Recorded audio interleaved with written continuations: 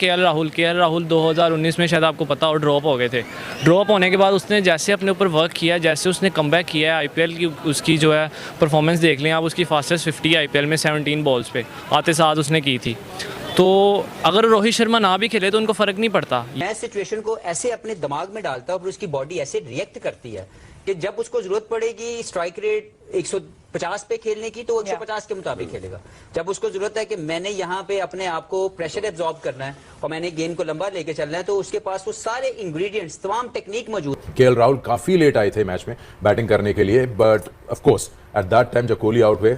KL Rahul जो है उनको 3 टाइप का खेलना आता है, इसीलिए उन्होंने उनको वो नंबर दिया, फिनिशर वाला जो है रोल उनको दिया। और मेरे ख्याल में जिन कंडीशंस में वो खेल रहे हैं वहाँ पे वो आइडियल है उनके लिए, क्योंकि उनके पास तीनों एबिलिटीज़ हैं, स्ट्राइक रोटेशन की भी है, पावर हिटिंग की भी है, और उसके अलावा पार्टनरशिप लगाने वाली, जो कि मोस्ट इंपॉर्टेंट चीज़। वही बात आ जाती है कि सिर्फ टीम जो है, एक विराट कोहली तो है ही है, बट बाकी भी जो है they are all equally skilful and talented, और जब जरूरत पड़ती है तो दे नो एग्जैक्टली कि हमने क्या करना है, अपना रोल निभाना बहुत अच्छा है। देखिए, रोल डिफाइन तो कर दिया जाता है, लेकिन ये भी देखना जरूरी है कि क्या उस प्लेयर में वो कैपेसिटी है, क्या उसने अपनी गेम को उसके अकॉर्डिंगली इवॉल्व कर रहा है या नहीं कर रहा। आप ऐसे रोल के लिए किसी ऐसे प्लेयर को लें जिसके पास ये स्किल्स ही ना हो, जिसका मेंटल स्टेट ऐसी जगह पे प्रेशर एब्जॉर्ब करने के लिए रेडी ना हो, तो वो कभी भी फिनिशिंग लाइन आपको नहीं करेगा। Started as an opener, number 3 पे भी खेले हैं, फिर उसके बाद ये आके तो ये 5 के ऊपर सेट हो गए हैं।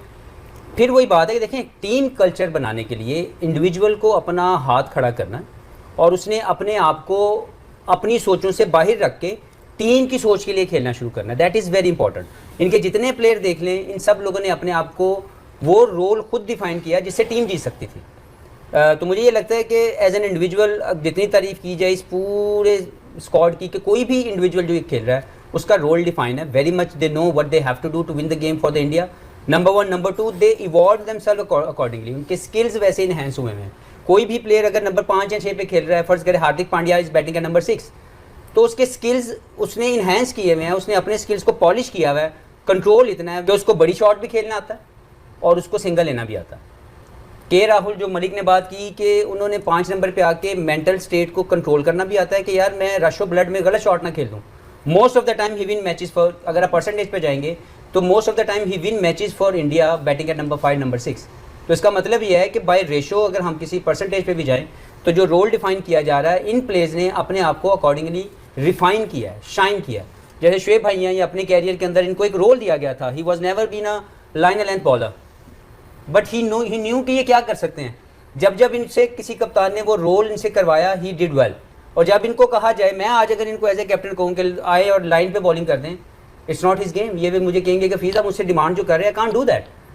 तो इनके रोल के मुताबिक इनको अगर काम दिया जाएगा तो ही विल परफॉर्म बेस्ट। तो इसी तरह मुझे लगता है कि राहुल द्रविड़ की तारीफ करना इसलिए ज़रूरी है कि उन्होंने इस टीम को बनाया। इस पूरी टीम की जो पॉलिशिंग हुई भी है वो राहुल द्रविड़ के दौर में हुई, जिन्होंने इन तमाम प्लेयर्स के स्किल्स को अकॉर्डिंगली इनहेंस करवाया। टाइम लिया, फिर गेम को आगे लेके गया, फिर जैसे जैसे 35-40 ओवर, और फिर उसके बाद 40 से 45 और फिर 45 से 50। तो एक्सेलरेशन आपने देखी, रेंज भी देखी, और टेम्परामेंट गेम का और गेम अवेयरनेस भी देखी इस बंदे की। तो ये फर्स्ट चॉइस विकेट कीपर होना चाहिए इन ओडीआईज। हम पहले भी इस पे बात कर चुके हैं, और उसके पीछे वजह भी है। काफी दफा ये फंसे हुए मैचों में आगे, पिछले मैच में तो 50 किया है, ऐसा नहीं है कि कभी कभी चलता है, अक्सर परफॉर्म करता है। और वर्ल्ड कप में ऑस्ट्रेलिया के खिलाफ एक तो फाइनल था, जो शुरू वाला मैच था, उसमें भी 2-3 जल्दी आउट हो गए थे, तो इसने बहुत शानदार तरीके से चेस किया था। तो बहुत अच्छा बेहतरीन किस्म का ये बैट्समैन है। और अभी T20 में तो जाहिर है कि वो फिर डिफरेंट स्टाइल से अब इंडिया खेल रहा है, लेकिन 50 ओवर की क्रिकेट में बहुत ही बेहतरीन खेलता है, शानदार खेलता है, और इनिंग्स को इसने जोड़ के रखा है एंड तक। एंड ही न्यू, देखें इंडिया जो है वो स्पेशलिस्ट जो बैट्समैन अगर आप देखें टीम में, तो गिल है, रोहित शर्मा है, विराट कोहली, श्रेयस अय्यर, और फिर आगे छुट्टी सिर्फ यही है कि विकेट कीपर बैट्समैन है।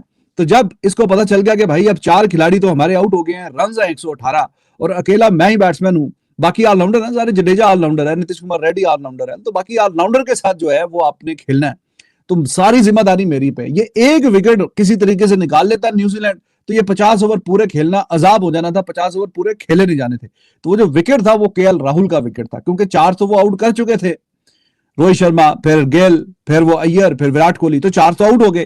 तो टोटल 5 तो प्रॉपर बैट्समैन के साथ इंडिया खेल रहा है इसमें, ओडीआईज में।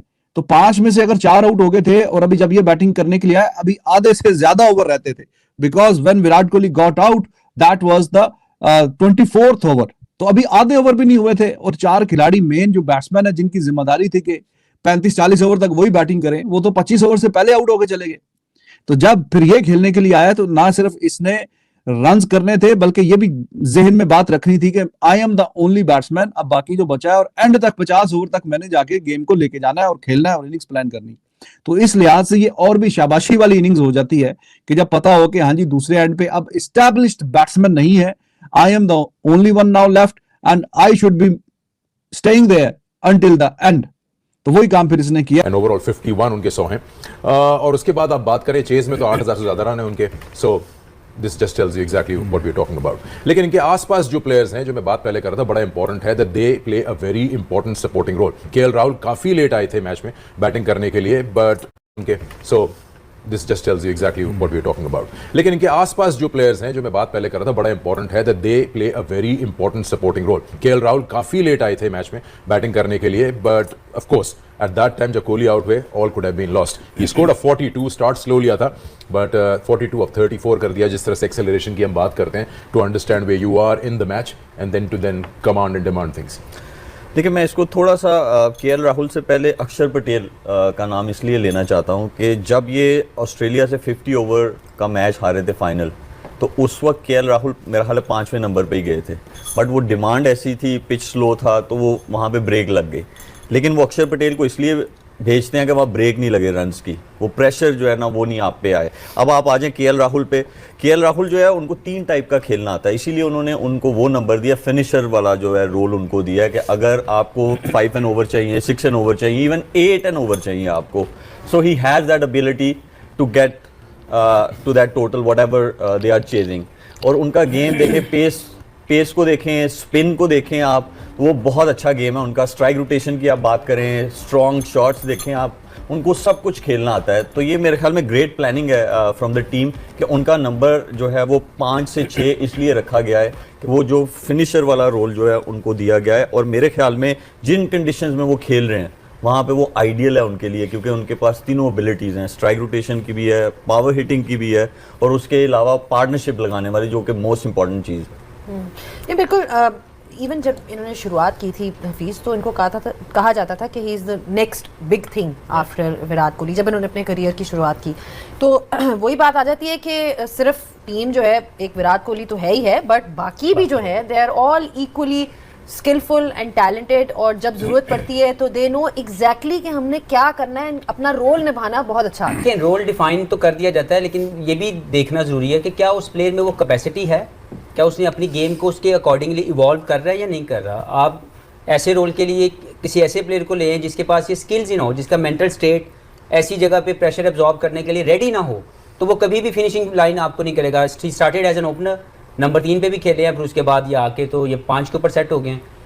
फिर वही बात है कि देखें, टीम कल्चर बनाने के लिए इंडिविजुअल को अपना हाथ खड़ा करना है, और उसने अपने आप को अपनी सोचों से बाहर रख के टीम की सोच के लिए खेलना शुरू करना है। That is very important. इनके जितने प्लेयर देख लें, इन सब लोगों ने अपने आप को वो रोल खुद डिफाइन किया जिससे टीम जीत सकती थी। दोस्तों, केएल राहुल की बैटिंग को देखकर पाकिस्तानी पब्लिक का रिएक्शन क्या रहा, जैसे कि इस वीडियो में आप सभी ने देखा होगा। अगर चैनल पर नए हैं तो वीडियो को लाइक करके चैनल को भी सब्सक्राइब कर लें। हम इसी तरह से नई वीडियो के साथ आपसे मिलते रहेंगे।